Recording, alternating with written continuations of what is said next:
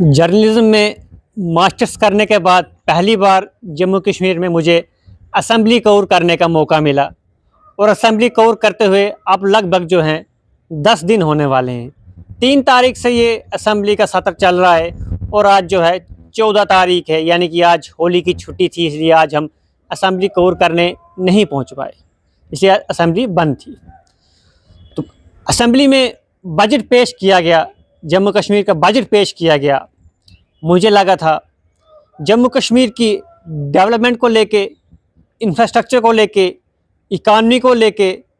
Road infrastructure को लेके बातें की जाएंगी, बड़ी बड़ी उन्नति और तरक्की की बातें की जाएंगी, लेकिन ऐसा कुछ मुझे दिखा नहीं। जो भी बजट, जितनी भी बजट वहाँ पर पेश की गई, सारी की सारी जो थी अंग्रेज़ी में थी और मैं उसको आराम आराम से सुन रहा था जितना मैं समझ पा रहा था। कुल मिला के उस बजट में मुझे जितनी भी स्कीमें थी वो सारी की सारी सेंट्रल गवर्नमेंट की स्कीमें जितनी भी हैं, लगभग मुझे वही स्कीमें दिखी। उसमें अगर मैं ख़ास बात करूं, चाहे फिर वो टूरिज़्म विभाग की हो या फिर हॉस्पिटल के हवाले से हो या फिर इंफ्रास्ट्रक्चर के हवाले से हो, कुछ मोटी मोटी बातें मुझे नज़र आई जो कि कश्मीर को कैसे आगे लाया जाए, कश्मीर को कैसे ज़्यादा विकसित किया जाए और उसमें जो है कश्मीर के भिन्न भिन्न डिस्ट्रिक्ट जो हैं उनको कैसे टूरिज़्म मैप में लाया जाए, कैसी ऐसी कौन कौन सी नई लोकेशन है जिनको टूरिज़्म मैप में लाया जाए। लेकिन जब जम्मू डिवीज़न की बात की गई वहाँ पर, चाहे फिर भद्रवाह हो, किश्तवाड़ हो, रामबन हो, सांबा हो, रियासी हो, कठुआ हो, तो ज़्यादातर मुझे वहाँ पर कुछ ऐसा उस बजट में देखने को नहीं मिला जिसमें यह कहा गया हो कि हम जम्मू डिवीज़न को भी टूरिज़्म मैप में इस प्रकार से लाएंगे जिस प्रकार से कश्मीर ऑलरेडी टूरिज़्म मैप में पहले से ही चल रहा है, पूरे ग्लोबल लेवल पर चल रहा है। लेकिन जम्मू की बात वहाँ पर किसी ने नहीं की।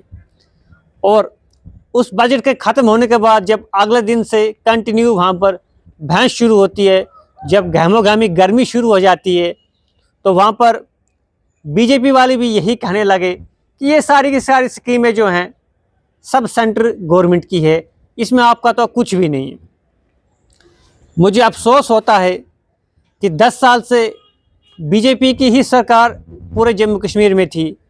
न जम्मू का भला हुआ, लेकिन कश्मीर का भला ज़रूर हुआ।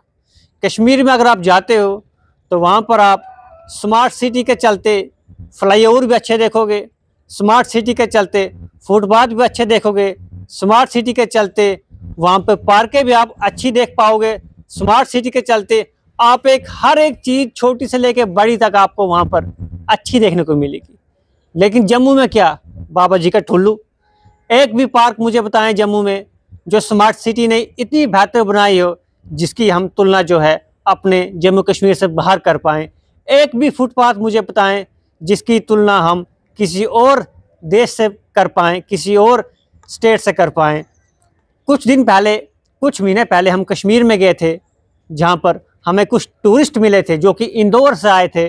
और वो अपने इंदौर की इतनी ज़्यादा प्रशंसा कर रहे थे कि हमारे इंदौर जो है इतना साफ़ सुथरा शहर है और आपके शहर में गंदगी है, बदबू है, मतलब कि इतनी बुरी हालत है। लेकिन इस बजट में जब ये बजट पेश हुआ और उसके बाद जो माहौल ठंडा रहा, बीजेपी वाले तो वहाँ पर कुछ बोलते ही नहीं हैं, बस जाते हैं, अपनी हाजिरी लगाते हैं, खाते हैं, पीते हैं, आराम फरमाते हैं, उसके बाद चले जाते हैं। और एनसी वाले जो हैं अपने कश्मीर को किस तरह से बेहतर किए जाए इसके ऊपर उनका फोकस बहुत ज़्यादा रहता है, बड़े अच्छे तरीके से रहता है। लेकिन जम्मू को जो है हमेशा इग्नोर किया गया और इसका दोष जो है हमारे जम्मू के लीडर्स को ही जाता है। अगर मैं पुराने लीडर्स की बात करूं, जिनमें से गुलाम नबी आज़ाद जो भलेंसा के रहने वाले हैं, जिस टाइम वो चीफ मिनिस्टर थे यानी कि 2007-8 में, उस समय ज़रूर टूरिज़्म के हवाले से भद्रवाह में कुछ ऐसी प्लेसेस थी, या फिर मैं पूरे जम्मू की बात करूं जहां पर उन्होंने उसको टूरिज़्म में लाया, कुछ हट्स बनाए, कुछ रेस्टोरेंट बनाए जिनकी अब कंडीशन ख़राब हो चुकी है क्योंकि उसके बाद से उनको देखने वाला कोई भी नहीं था। लेकिन मौजूदा हालातों में चाहे फिर हमारे LOP सुनील शर्मा हो या फिर हमारे अन्य और नेता बीजेपी के, जो सिर्फ अपना ही स्वार्थ देखते हैं, अपना ही घर देखते हैं, अपना ही परिवार देखते हैं, जिन्होंने आम लोगों के लिए भी कुछ नहीं किया है। और एनसी की तो एक अच्छी बात है, जो अपने कश्मीर के लिए, अपने डिस्ट्रिक्ट के लिए, अपने हर एक ज़िले के लिए बेहतर से बेहतर करना चाहते हैं। लेकिन हमारे जम्मू के 10